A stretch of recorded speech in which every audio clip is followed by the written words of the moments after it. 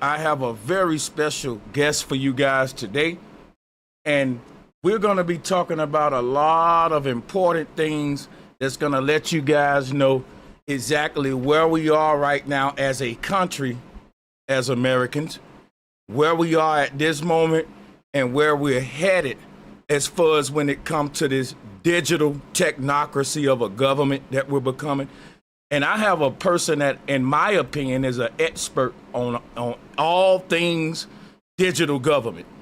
Right, with no further ado, I'm going to introduce Derrick Broze, and Derrick, if you will, just tell the people a little bit of who you are, some of the your major work and interviews and all of that stuff. I have your links already posted, but just take your time, give them a rundown, and just let them a little bit about yourself. Thank you.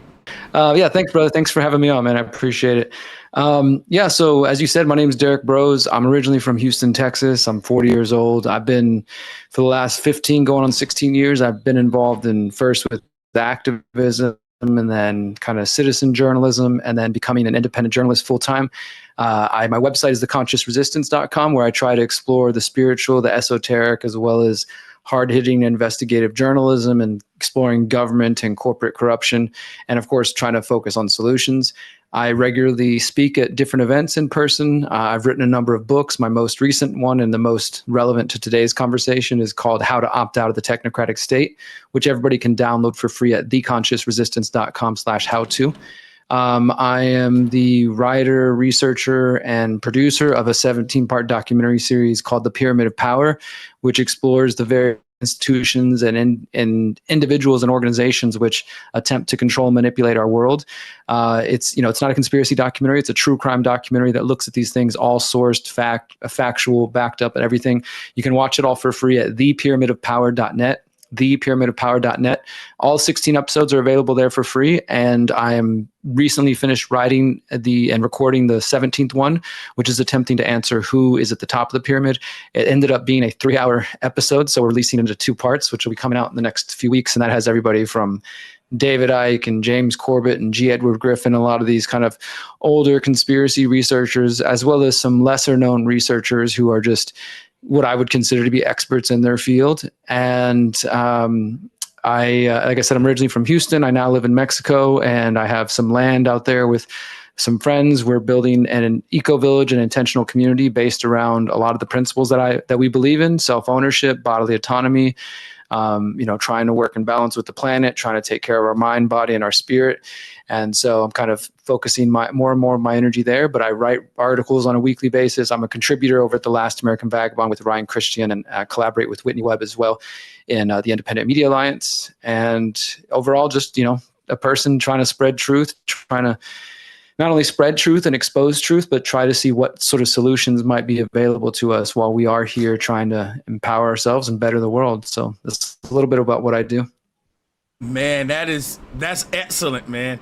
And I pretty much came across your work because I was interested in the corruption in government at this time.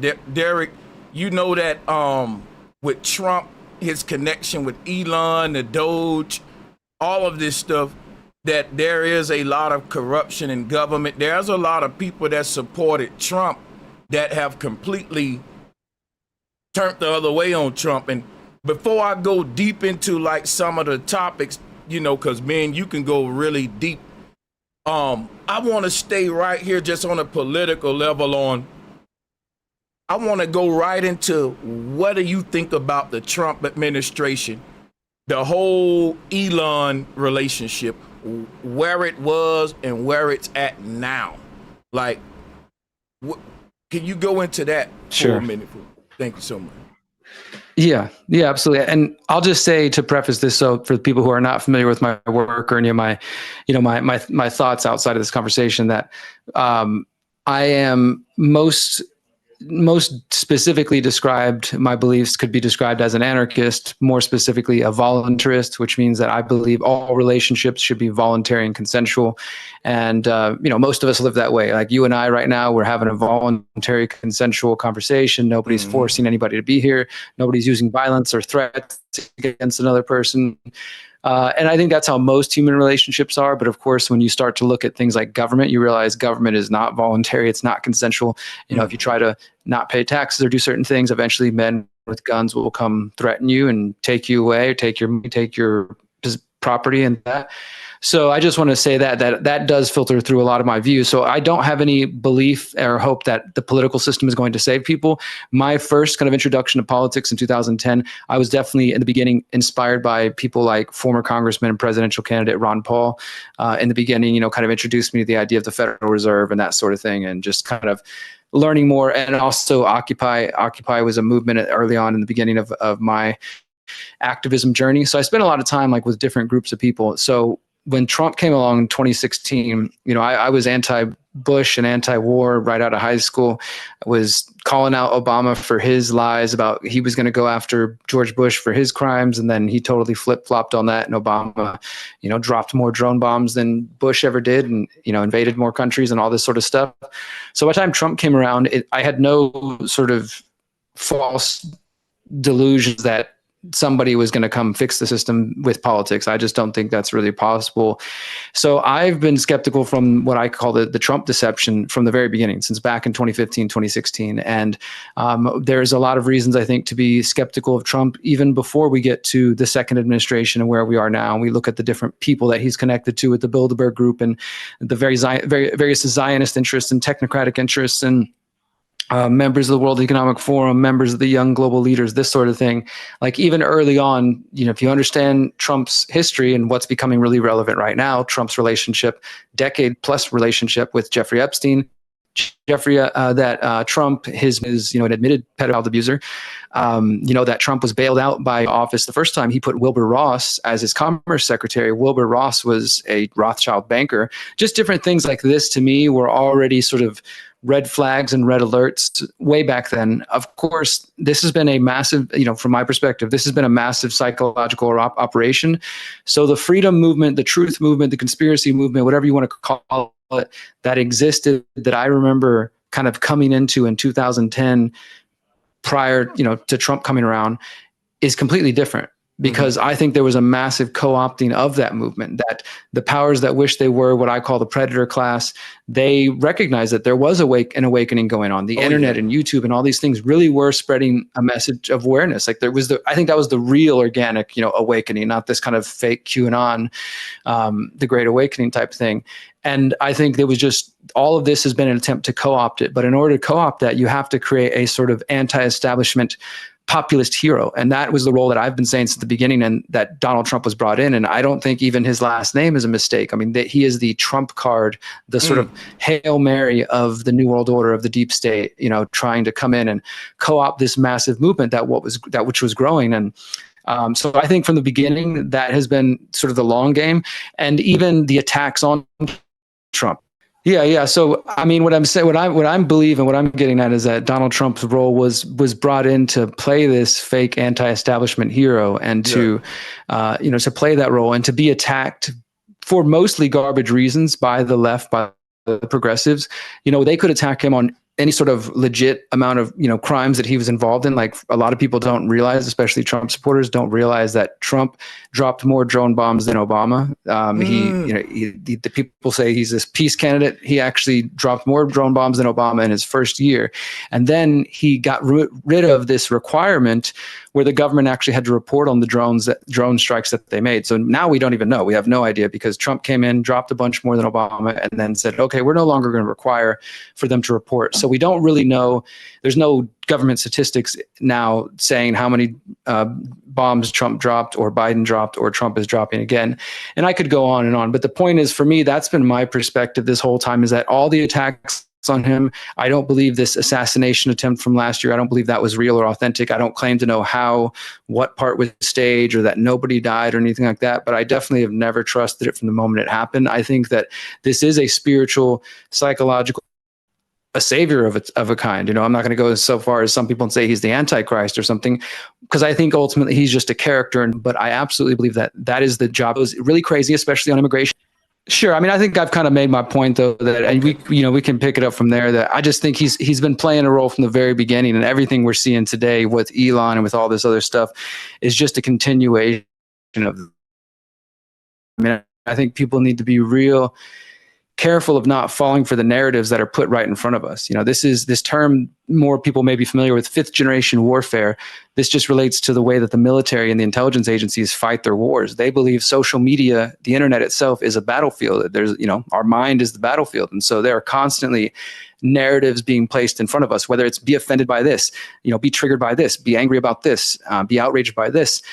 We have to remember that the things that are being placed in front of us, trending on Twitter or wherever else, they're not there by mistake.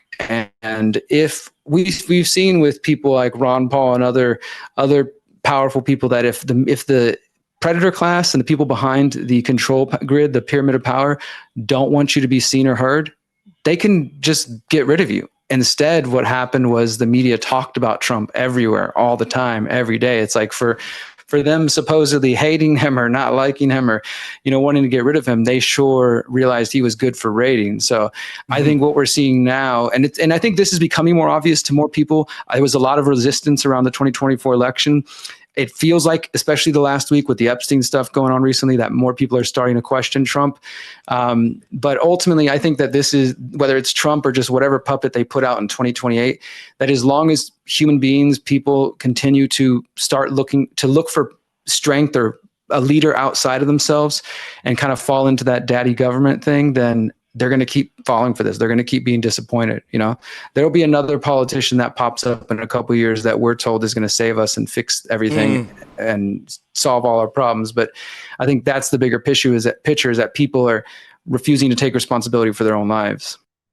Oh my God. I just got to ask you, based on everything you just said, right? I've been up this battle. I've been a participant of this battle that you're engaged in as far as criticizing Trump. Trump has a very cult-like following, and people will call you a Trump hater, you hating on Trump, and I'm saying that even in my chat room, which I'm gonna ignore for the rest of the stream, but this is important. I want to ask you this. What separates Donald Trump from all other presidents, being that we're in a time of Aquarius right now? We're leaving Pisces. We're going into this awakening that you described. And it's almost like the elite know that we need a new type of president. This type of president needs to fulfill this savior sort of role that, I don't know what's this void in us that we need a savior. But I want you to go down that road about what separates Trump from all the rest of them. Why is this an important time to be living in at this time, Derrick? Sure. Yeah, and shout out to the people who say we just have TDS, or we're just we don't understand, we don't trust the plan enough. I'm sure they're out there. Hopefully they will come to see what's going on. The thing that I do think makes Trump different, as I mentioned a few moments ago, I ultimately think he is just a symptom of the larger system and just a puppet. He's not the top of the pyramid, as much as people, would maybe people who hate him would like to think, or the people who love him would like to think that he's running the show. He's still just another actor playing a role. But I do think he's different in the sense that what I was kind of pointing to a moment ago is that he came in and he has sort of fractured the freedom, truth, conspiracy movement, where even just in your comment section, in my comment section, there are people who they bought into this narrative that Trump is fighting the deep state. And if we would only just get behind him, support him, we could defeat the New World Order. Just ignore all those bad things he's doing. He's doing that for super secret reasons that you'll figure out later, and just wait. At some point, the military tribunals will be here and he's going to lock up Hillary Clinton one day, and all this sort of stuff like that. You have to just kind of lie to yourself to believe. I think that's what makes him different, is that it seemed like, again, when I was coming to the picture, 2009, 2010, people who were awake or consider themselves awake all realized, oh my God, we were tricked by Obama. A lot of people thought this guy was going to be the opposite of Bush. A lot of people were like, hey, the first black president, constitutional attorney, well-spoken, young, etc. This is going to be something different than an old white guy, right? And many people were fooled by that. And so I remember feeling like at that time, so many people realized the left-right paradigm is false. This is a big part of the trap. We need to wake up and realize both sides are, part of this larger system. And I think Trump broke that in a lot of people. And now they got sucked back into that. And I kind of feel like he, in a way, represents the real pulling off of the mask. Like, Obama was just as much a war criminal as George Bush was, and as Trump is, and as Biden was, but he was well spoken and he was nice and polite. And it seems like people will put up with authoritarianism and immoral behavior if you speak to them nicely. But since Trump doesn't really speak eloquently and likes to talk crap and, troll people, and, he kind of plays into the meme culture, I feel like that's the ripping off of this mask of the like Obama was like the nice face of, authoritarianism, you could say, right? And Trump is kind of the ripping off of that mask. And like, here's the ugly truth. It represents everything bad about us. Like, I mean, just in the last couple of days, the White House account on Twitter posted, or Trump is a king. Like, they absolutely need this father figure or parent figure. They posted Trump is a king. Yo, I didn't know that. That is, and that's another thing. Like, when people do compare Trump to the Antichrist or the false prophet, you said you wouldn't go that far, but could you blame those people that go that far, Derrick? Because Bible prophecy. No, I can't. Yeah, go ahead, man. yeah, man. No, I was gonna say I can't blame him. I can't blame him at all for thinking that. Again, like I'm not somebody who thinks that I take the Bible literally. Right. But I did grow up in a Christian home, and I can't help but notice a lot of the signs of like, hey, this, if there ever was an Antichrist, this guy sure is competing to be him, along with maybe Netanyahu or something like that. But I think Trump, more than anything, because of some of the things you could point to, that he's trying to paint himself as this peacemaker. He's going to bring peace to the Middle East. It's most of it is garbage, and it's just the narrative he's spreading. But definitely that's what he's trying to be, is like, look at me. I'm the great hero. I'm the Superman. I'm the king. I'm the Pope. And even if I think the reason one of the Q kind of psyop was very successful and continues to be successful, unfortunately, and even just with Trump, just, MAGA people, is because Trump, a couple of times, and I think they have it on the shirts and stuff, he said things like, they're not coming after me, they're coming after you, and I'm standing in the way. And if you think about that, that's a really powerful message, like to get into people's heads, like, I'm the only thing standing here between destruction from the New World Order and you. Like, so lean on me, trust me at all costs, just ignore my haters, because I'm the one that's stopping this. And it's been a very successful psychological operation. You know what? I based on what you just said, I gotta segue into the fact that, and I'm not gonna call no names, Derrick, because I respect you and I don't want to get you in no mess. You're a good guy, but there are a lot of big name Trump supporters that don't support him now. And like you mentioned, the QAnon movement, we are in a time, Derrick, of like fake whistleblowers and stuff like that. Under Trump, you got these fake whistleblowers popping up all over the place, which is another reason why I reached out to you, because I know the real from the fake. But Derrick, can we trust all of the people that's hopping ship with Trump right now? Or some of them may be controlled opposition? I know that's a deep one, man. No,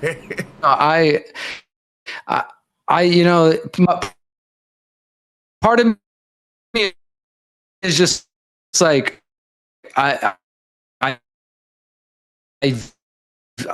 feel like, screw those people. There's a part of me, but the better part of me, we got to be able to work with people, right? Like, just who I've met and maybe collaborated with on projects, who were people who fell for the COVID lies for the first year, and maybe even were like, hey, everybody should be getting vaccinated, and then maybe they got injured or something, and then they realized, hey, okay, there's something else going on here, and now they want to kind of be a part of the movement, right, so to speak. And I don't think it's helpful to just turn our back on those people and say, well, you fell for it, so we can't work with you, can't collaborate with you. But with that said, it definitely is hard for me to work with some Trump supporters, and is more specifically the influencers like you're talking about. I think like the people, the big names who now they're waking up the last week. And this was really frustrating for me, because if anybody who follows my work, or if you go back to see the reporting I was doing before the election in the September, October, November of 2024, I did, for example, a 2-hour conversation with Ian Carroll, who people may know because he went on Joe Rogan, and he just kind of blew up over the last year, kind of came out of nowhere, made a lot of people very suspicious of like how somebody just goes so viral, so quickly. Right. And we did this big discussion laying out all the evidence to him of like, hey, Trump's surrounded by this person. Trump's got this going on. I promise you, he's going to he's going to expand technocracy and surveillance and all this sort of stuff. And Ian listened to me and he's like, you're right. I can't debunk what you're saying, but I'm still going to tell my people to go vote for him. Right. And so then to have somebody like that in the last month or two turn around and start being critical of Trump, it's just like, it's frustrating. So of course I want to work with people. I don't want to be the kind of person to shun someone and say like, hey, I can't ever work with you. I think we should have lines, with like, there's certain things we won't work with, certain types of people we won't work with. But if somebody genuinely is waking up to Trump finally, and they're trying to spread the truth, I applaud that. But yeah, I'm with you, man. I'm skeptical of a lot of these big names who now all of a sudden are, claiming they see the truth about Trump. And then the other thing I'm seeing is some of them, they're not even really doing that. What they're doing is they're blaming Pam Bondi, or they're blaming Kash Patel. They'll blame anybody but Trump. They'll just say, oh, it's the people around him. They made those bad decisions. Well, who do you think is putting the people there but Trump? Right. Right. Derrick, I'm going to go right into the next one because I don't know how much time you got, and I got to just pick your mind for the whole while. Let's do it. Let's do it. Let's go into something very important to me, which is Trump basically handing over the government to the technocracy, deregulating the EPA so that we can compete with China. Let me just stop right there. Touch on just that, and I'll go somewhere later. I'm going to throw a little bit at a time at you. Sure, I appreciate that, brother. And yeah, I'm good till the top of the hour, just FYI. Yeah, this is one important topic for me that I have tried to stay on. Like I mentioned earlier, I wrote a book called How to Opt Out the Technocratic State, which is partially a history of the technocracy movement from the 1930s, and also a little bit of, as the title implies, like a kind of a guide on how to prepare for digital IDs and facial recognition and travel restrictions and a lot of things that we saw during COVID. I wrote the book in 2019 and published it in 2020, and I was sort of writing it thinking, we've got 5, 10, maybe 20 years, and then COVID came along, and it seemed like everything I was warning about happened pretty quickly right after that. And COVID itself is a perfect example of the sort of technocratic mindset to use technology to try to solve all of our problems. And I'm not anti-technology. Obviously, we're using technology right now, and I appreciate, as a tool. But the technocracy movement specifically says that democracy has failed. People are too dumb to know what's good for them, so voting doesn't work. And I do think that there's an argument that democracy itself is limiting. But these people don't say that and we need to empower the people. What they say is we should abolish voting. We should get rid of just the political class, and we should get rid of the business class. And instead, you should have the experts and the engineers using artificial intelligence and technology to micromanage society. And they call this a technocracy, or rule by technology, ruled by the technocrats. And this philosophy came about in the 1930s and 40s in the US and Canada. And it's interesting, folks might not be aware that Elon Musk's his grandfather, Joshua Hazelman, was actually involved in the technocracy movement in Canada. So Elon Musk has historic connections to this movement, and he is now a modern technocrat himself. So what they're doing with Doge, and what we've seen since COVID and everything else since then, is absolutely part of this kind of technocratic idea. Trump and Elon promoted as we're going to make the government more efficient.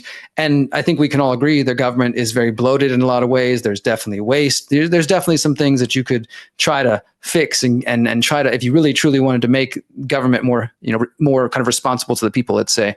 But that's not what they're doing. That's the sort of public face of what they're pretending to do. But as you said, it's more about deregulation and not in ways that I would argue are going to help anybody other than their billionaire technocrat buddies.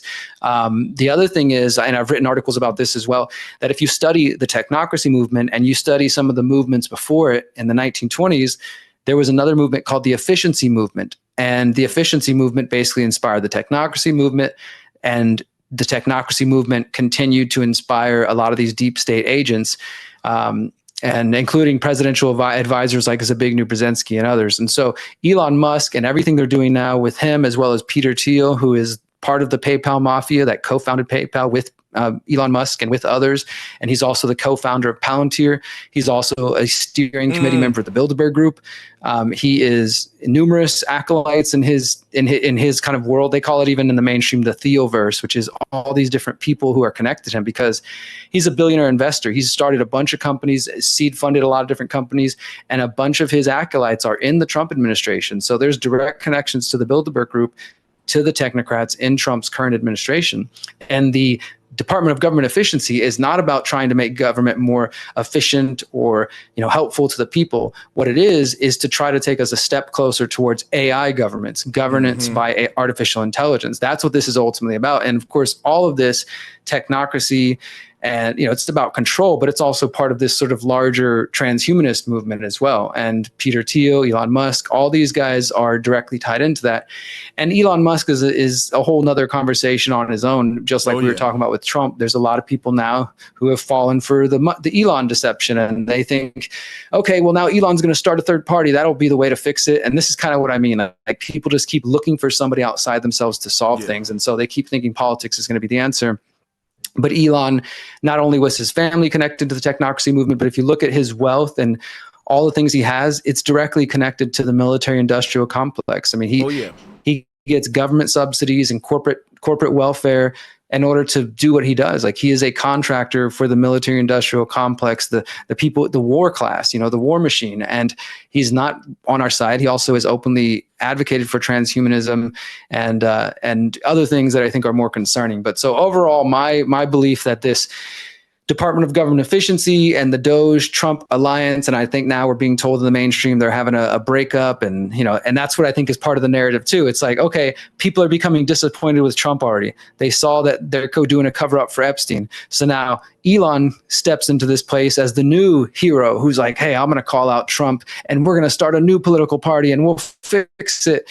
And, which is, I guess, in 4 more years now, people are going to go to whoever Elon supports or endorses. And to me, I just think it's just a cycle that we're going to keep going through, because the game is rigged. Like, I don't understand how so many of our awake brothers and sisters can look at the world we're living in and can acknowledge that we have, pedophiles in government and celebrities and religion and different areas. We have people like Jeffrey Epstein and networks involved in all kinds of stuff like that, and then still think that you're going to vote your way out of that system, that those people and those networks are just going to, oops, we didn't see Trump coming. We never could have imagined that. He totally caught us off guard. And now, he's going to beat us at our own game. It's just, I think it's just falling for hopium, and we got to do better than that. That's facts, because it's like everything is already planned out years in advance when it comes to these people. And like the people we see in power, it's like it doesn't matter who's in the seat. Presidents change, but policy don't. That's one thing that it's like the president's going to carry out whatever script that the people above him want him to carry out, which is why no matter what religion a president is, they all become yarmulke wearing practitioners of Judaism when they get in that seat. That's all I'm gonna say. Yeah. They definitely all will go kiss the ring of Israel for sure. Kiss the ring of the Zionists. That is big fact. And you know what's crazy about you, man, is that you really have no fears talking the way you talk. I know you've ran for mayor in Houston.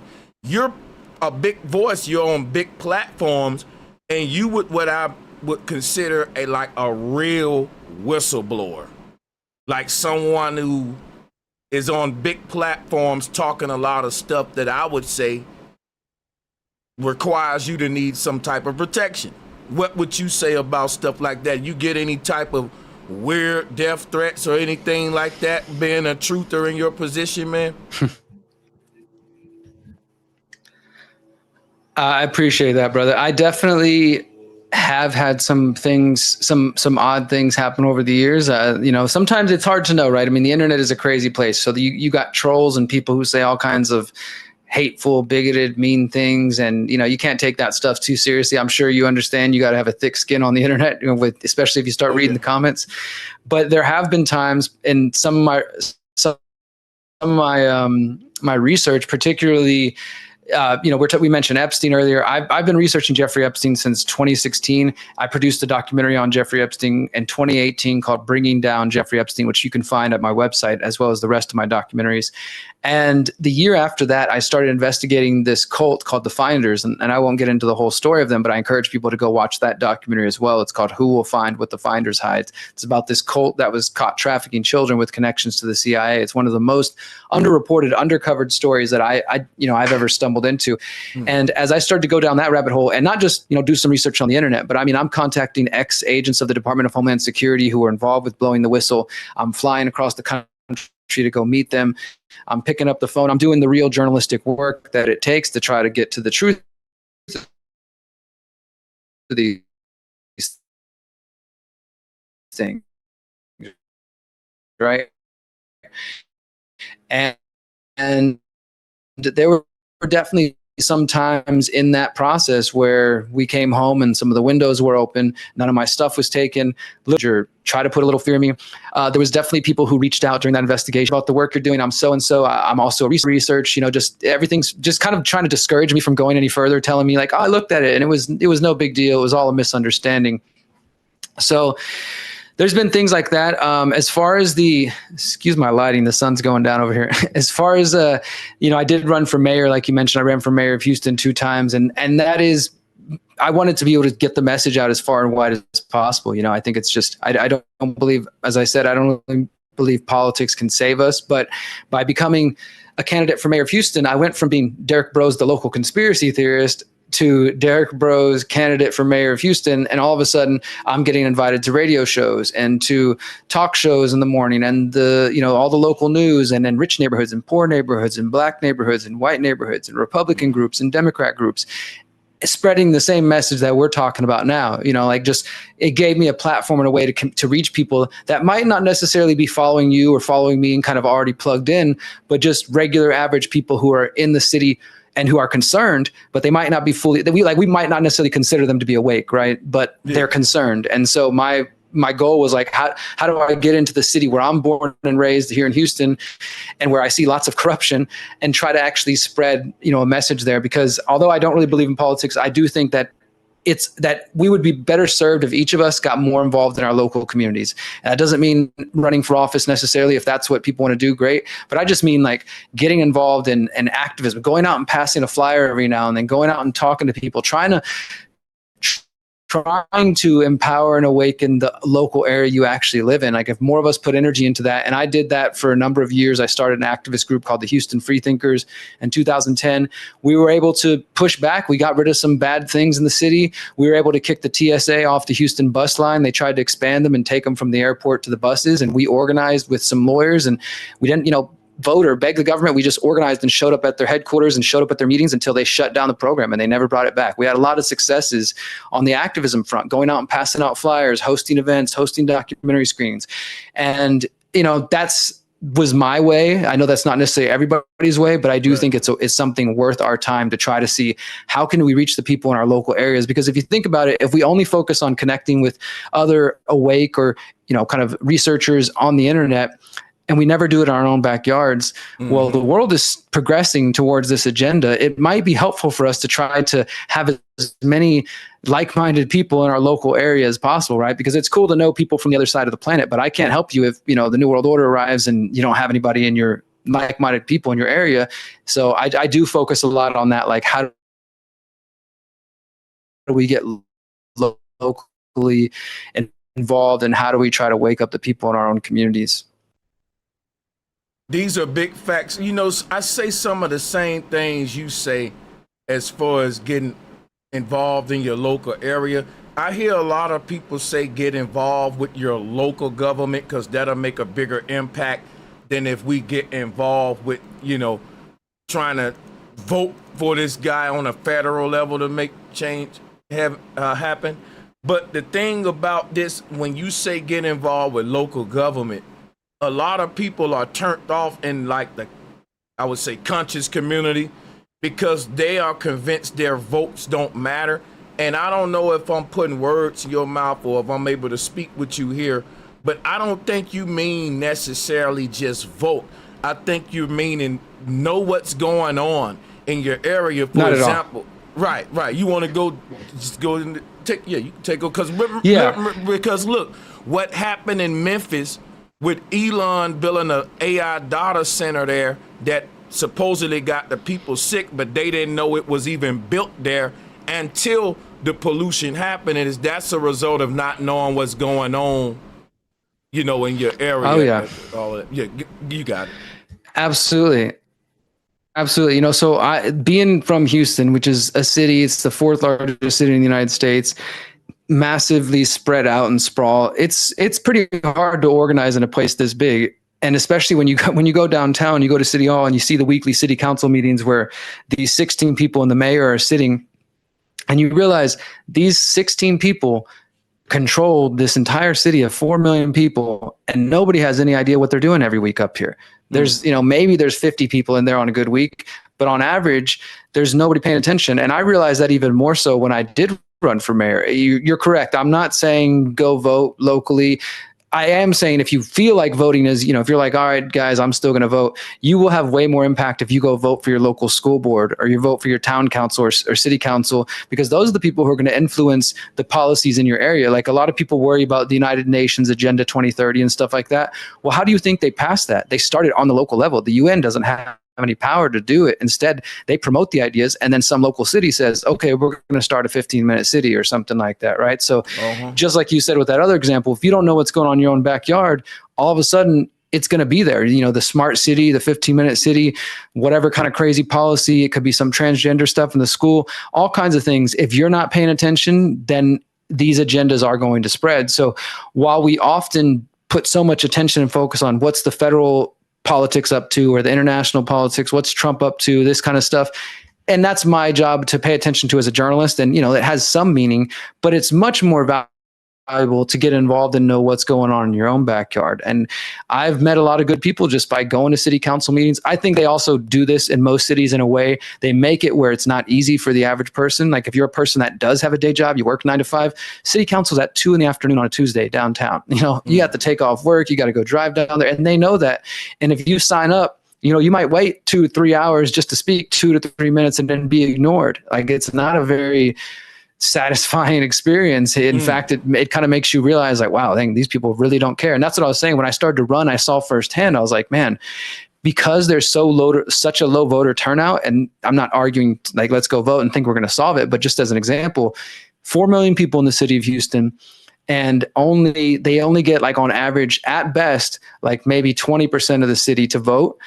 And so let's say there's a mayoral election and there's 10 different candidates and there's 20% of the city of 4 million people voting. That 20% of voting gets spread out across 12 different candidates. So a mayor of the fourth largest city might be elected by 50,000 people, at best, maybe 20,000, 30,000 people, because there's so few people paying attention.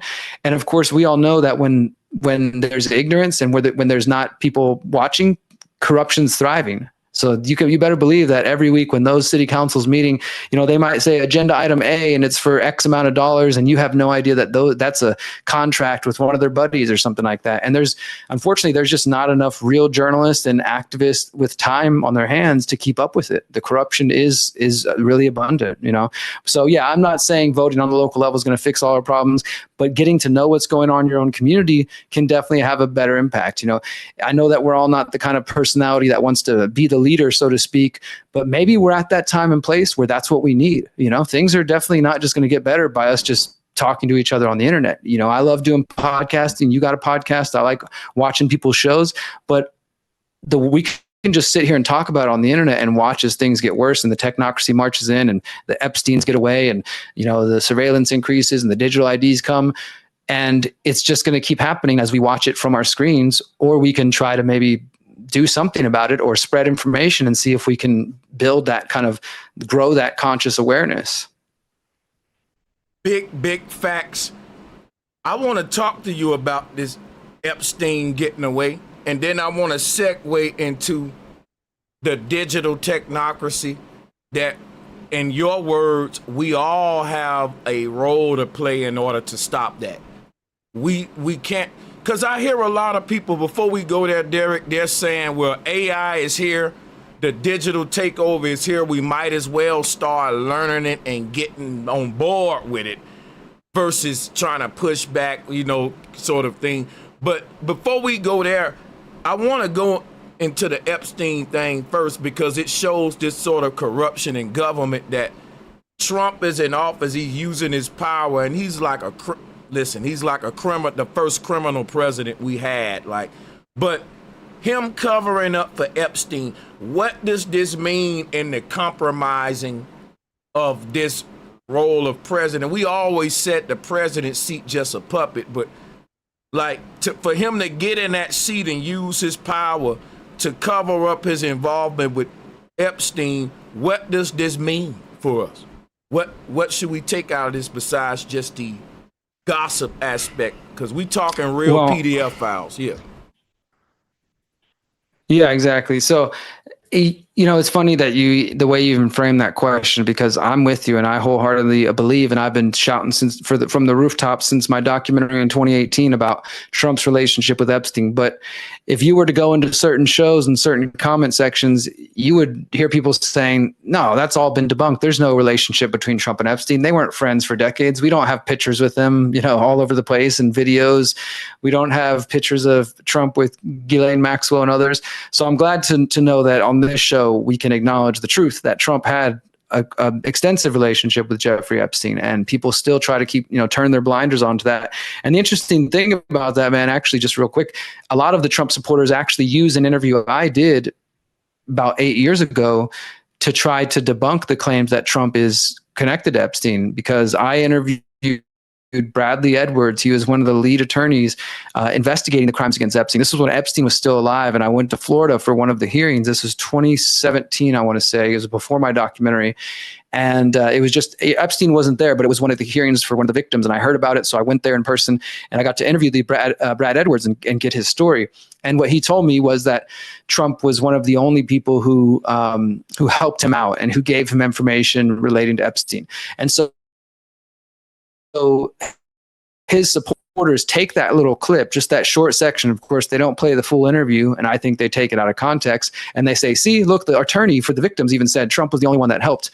But what's important for people to understand is that Trump, whatever information he gave to Brad Edwards, he gave so just over the phone, not under oath, not under any sort of deposition, not under any sort of legal circumstances. He didn't actually come testify. It was just, he picked up the phone and he told them some things. And also it's important to know that Trump, like most of the people, of course, they started singing about Epstein after he got arrested in 2005, but not before. That's why you can find these old articles from, I think, the New Yorker and others back in the 90s and early 2000s, where Trump was talking about Epstein and saying, oh yeah, Jeffrey, he sure likes him young. Like, Trump was fully aware of this stuff, and they never tried to do anything about it until after he got arrested in 2005. Then everybody's like, ready to sing, and they got a story to tell. And so I think that's important for people to understand. And the bigger picture too is, of course, that Epstein is just a piece of the puzzle, and maybe even a small piece, if just like the nexus, the center, but not the head of the snake, so to speak. We need to be asking questions about people who are walking free, like Leslie Wexner, who's the head of the Limited Brands and the head of Victoria's Secret. He was probably the real financier of Jeffrey Epstein, and you wouldn't be surprised to find out that he's a billionaire Jewish financier who is connected Mega Group. You're not going to find a lot of information out there, but there's some. The Mega Group was of Jewish financiers that were literally, and these are the people behind Mossad Israel. I think there's connections there. Connections, potentially British intelligence connections through Ghislaine Maxwell's father, Robert Maxwell. My point here is there's still people out there walking freely, including Les Wexner, who and really investigated to any degree. And I think I cover for this. Anybody who's surprised, I hate to say it, this was what's going to happen, but so many people fell for the narrative that, oh, Trump's going to come in and he's going to save the day. He's going to release all the Epstein files, release JFK files, release whatever else, and play. But I think anybody who was actually paying attention ahead of time and was honest about his connections to Epstein could have seen this coming from far away. Most definitely. I saw it coming from far away myself. I also noticed something else that's kind of like I want to skip over, and we can still kind of land our plane on an Epstein thing, but I noticed that up under Trump, Derrick, there's a lot of UAP, UFO phenomena, and I remember back in the day, a lot of the people in the quote Oh unquote yeah. country, yeah, they were talking about blue beam stuff. Yeah, talk about, you just go in with the UAP, UFO thing. Yeah, being weak today, but that's an interesting point you bring up with the UAPs. I definitely would say I'm not an expert on that field, but I've been skeptical of it the whole time, and I do think that there is the potential for some sort of whether it's a false flag, kind of like a Project Bluebeam, fake alien invasion type thing, or something like that. Yeah. I'm hyper skeptical of all the talk of this UFO, UAP stuff popping up, and I know there's a lot of different theories in that community. What, are aliens real? Are UFOs real? Is it all military technology? Some people believe it's demons. They believe it's fallen angel. There's a range of theories, and I'm not here to say which one is correct or not. All I know is if the government is talking about it and they're now willing to talk about UFOs when, as you were saying, 5, 10, 15 years ago, talking about that was untouchable. You're a crazy person for even considering that. Now, all of a sudden, the U.S. government's talking about it like it's normal and like it's just it's a common thing to talk about. It makes me super skeptical for sure. I'm definitely weary of any complaint and any sort of storylines like that. And for people who don't know the Project Bluebeam sort of narrative, or it's almost kind of a myth at this point, but it's the idea that the U.S. government or the UN or whatever organization would stage a fake alien invasion using technology that they already have, using things like holograms in the sky and different kind of technology, different kind of craft that they would be fully controlling, but to stage this fake invasion in order to call for eventually a one world government, one world religion, et cetera, things like that. Yeah. And it's got a lot of pieces to the puzzle. I'm not, I always kind of keep that one in my back pocket because it sounds like such a fantastical, crazy idea. And I remember when I first heard about it back in the 2010s or so, I just like, wow, that sounds super intense. But as the years have gone on and technology has advanced, it's like, they sure could do that if they wanted to pull that off. I wouldn't put it past them.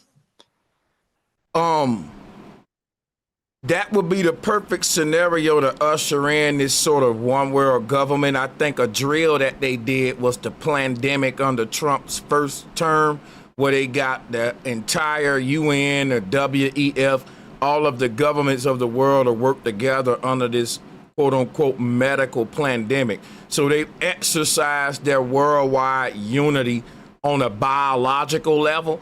But that was kind of like a little mini worldwide martial law, if you will. But I think a fake alien invasion would definitely make all of the militaries, the UN, go towards that sort of one world agenda. Man, me and you were a spot. I thought I was crazy, man. Interviewing you let me know that, hey, man, we ain't crazy, chat room. So, Derrick, one more thing I want to yeah, I'm man. right there with you, man. This is a lot of good stuff you giving me. But when you talk about Trump being this sort of anti-establishment president, and him being the face of the digital government of America, when we're saying we gotta compete with China, it's starting to look like we're not trying to compete with China. We're just borrowing their model of government to police our own people like China. You can't agree with that? That's exactly right, man. I mean, that is what I warned about in my book. Again, I want to just encourage everybody to go ahead and download it for free. There's a free audiobook. I'm not trying to sell it to you. I'm just mentioning it because I do think there's some important conversations to be had here. And that is exactly what I talked about in the book, is that the system that the U.S. version of this technocratic state is modeling after is the Chinese system, as well as other places like the Indian system. India has had something they call, that was funded in part by the Bill and Melinda Gates Foundation. They went around and scanned the faces and the eyes of over 1 billion Indian citizens to get them all on this digital ID program, where now if you want to be on government services, or if you want to ride the bus, if you want to start a business or do any kind of thing like that, you got to have this Adhar system to operate. And it's similar in parts of China with the one app to rule them all. And that's very similar to what Elon Musk has said he wants to do with X. He wants to turn it into the one app, where you can bank with it, you can have your money, your healthcare, your social media, etc. I encourage everybody to reject that whenever they bring that out, because the digital IDs, it's all tied in there, whether they call it a vaccine passport or immunity passport or a cool app or whatever. It's all about trying to get people further to that system. And since we're going to wrap up, I just want to mention that the solutions that I currently believe in, I think this is definitely a spiritual game we're on as well. So I encourage people to, do what you got to do to get right with your creator in your own ways, whatever that means to you. But in the physical realm, I think that the solution, at least the approach that I'm taking, is to focus on how do we become free from these systems as much as possible while there's still time, and also to focus on the building of parallel systems, alternative systems outside of their hands. This is what I call in my book and in a lot of my presentations and talks, exit and build. The idea of exiting from the coming slavery systems, that's what they're going to be. These systems are going to lead to a loss of privacy, a loss of liberty, and exiting from those systems as much as possible, whether you're talking about the CBDCs in the financial system or the health, the so-called healthcare system, or opting out of facial recognition where you can, opting out of big tech where you can, and then building new systems or supporting those who are building new systems. And I'll just give a brief example. Like right now, there's probably a lot of really educated, empowered, well-meaning people who are using Gmail, who are using Google for their companies or for their businesses, their projects. We could all say, hey, I'm not going to support Google because they represent this technocracy. We could take this idea. Exit and build is kind of like voting with your dollar, but you apply it to every area of your life, not just your wallet. You could say right now, I'm going to go to nomoregoogle.com and I'm going to start researching some tips and some tricks on how I could stop using Gmail or stop using Google Drive or stop using these different services, because there are alternatives to all these things, whether we're talking about technology, care, education,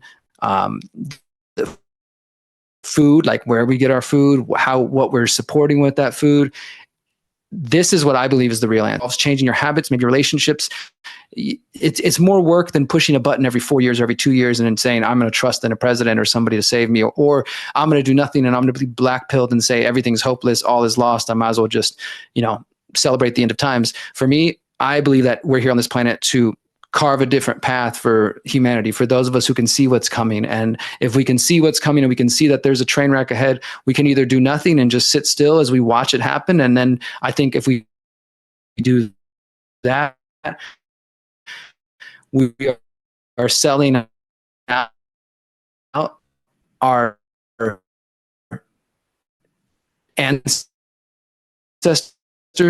those who have come in before us. We're also selling out the coming 7 generations. Our indigenous communities teach us we're going to leave for our children, our grandchildren, and great-grandus. And so the things we do today or do not do, and whether or not the coming generations have any other option outside of this technocratic state that these psychopaths are trying to build. So my focus is on how do we exit from these systems? How do we untangle ourselves from these systems? It doesn't happen overnight. It's a process. It takes time. It takes a level of commitment that maybe most people don't have or don't want. But I believe that's the real answer, is to get free of these systems while we can, focus on building alternatives. So if and when this system progresses, we're not locked inside of it. All your money doesn't turn into central bank digital currencies or stable coins and become digitized and tracked and traced. And then all of a sudden you're like, whoops, I knew this was coming. I've been watching Bro Sanchez and he's telling me this is coming, but I didn't do anything about it. So I guess I'll just enjoy living in the FEMA camp. That's not enough for me. So I'm trying to be as proactive as possible. And I appreciate you having me on the show, brother. I really do. I appreciate you being here. And last but not least, before you go, just tell people how they could follow you in the future and, just, keep a tabs on you and see where you're going to be at as far as broadcasting outside of this show, and as well as what they can do to help you and support your mission. Thank you for that, brother. Yeah. So my website again is theconsciousresistance.com. That's the best place to find my. I do a semi-weekly podcast depending on how busy I am, but you can always find me at theconsciousresistance.com. That's where my books are at. That's where my documentaries are at. You can support us if you want to buy some shirts or, like I said, check out my books. My documentary series, the Pyramid Pyramid of Power I mentioned is at thepyramidofpower.net. And and if you're looking to find like-minded people in your area, I encourage you to check out another website that I'm involved in called freedomcells.org. You just sign up for a free profile. It's a way to help you find like-minded people in your area, like-minded groups, so that we can start getting organized in those ways that I'm talking about. So yeah, I really appreciate you, brother. Thank you for having me on, and thanks to everybody in the audience.